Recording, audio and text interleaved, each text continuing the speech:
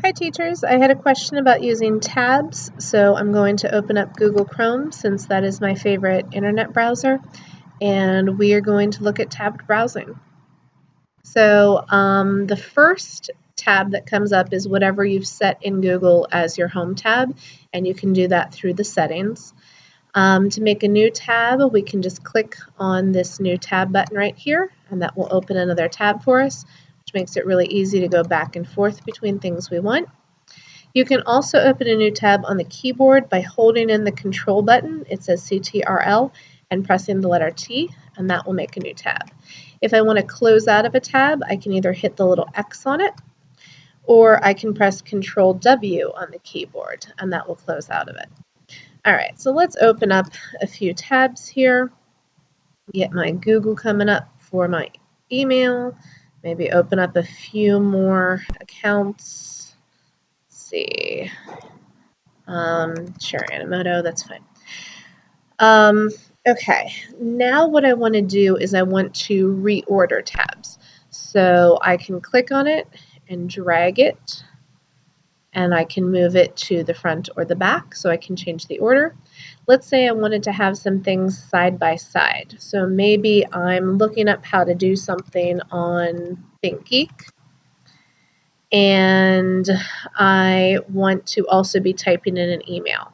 I'm going to grab this tab and drag it out, and so then that opens it in a new window, and then of course I can snap my things side by side like we've talked about before. Okay, and then let's see what else I want to do. Let's make a bunch of tabs here.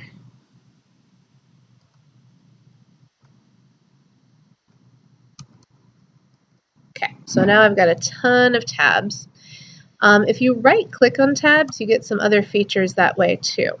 So if you have a certain thing you're on and you want to make another one of it, you can duplicate it, and then you would have two of that tab.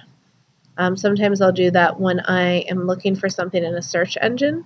Also in search engines, instead of going right to it, I will often right-click on the link and open it in a new tab. So that way I don't lose my whole list of search features, but I have all of them listed.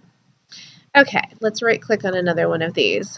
The mute site is going to allow you to obviously mute it.